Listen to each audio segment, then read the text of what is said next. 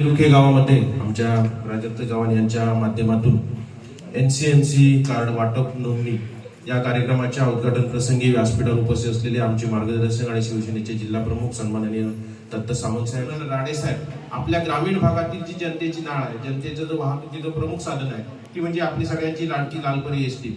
आणि या एसटीच्या त्या ठिकाणी ज्या एसटी मध्ये ज्या काही अडचणी आहेत, गाड्या कमी आहेत, गाड्या नादुरुस्त आहेत, त्या ठिकाणी आणखी अनेक अडचणी आहेत.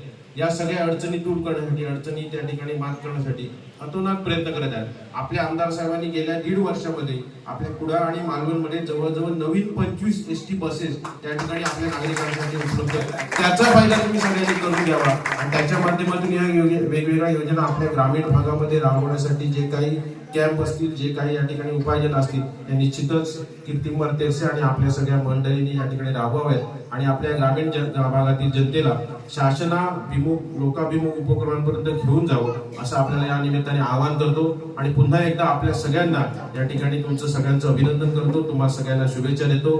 आम्हाला या ठिकाणी मुद्दामून बोलवलं, आपल्या सगळ्यांचं त्याबद्दल आभार आणि धन्यवाद. जय हिंद, जय महाराष्ट्र. म्हणणं आहे तर पहिलं कुटुंब, जो कुटुंब सांभाळतो तो गाव सांभाळू शकतो आणि जो गाव सांभाळतो तो जिल्हा कधीही सांभाळू शकतो असं माझं स्वतःचं मन आहे.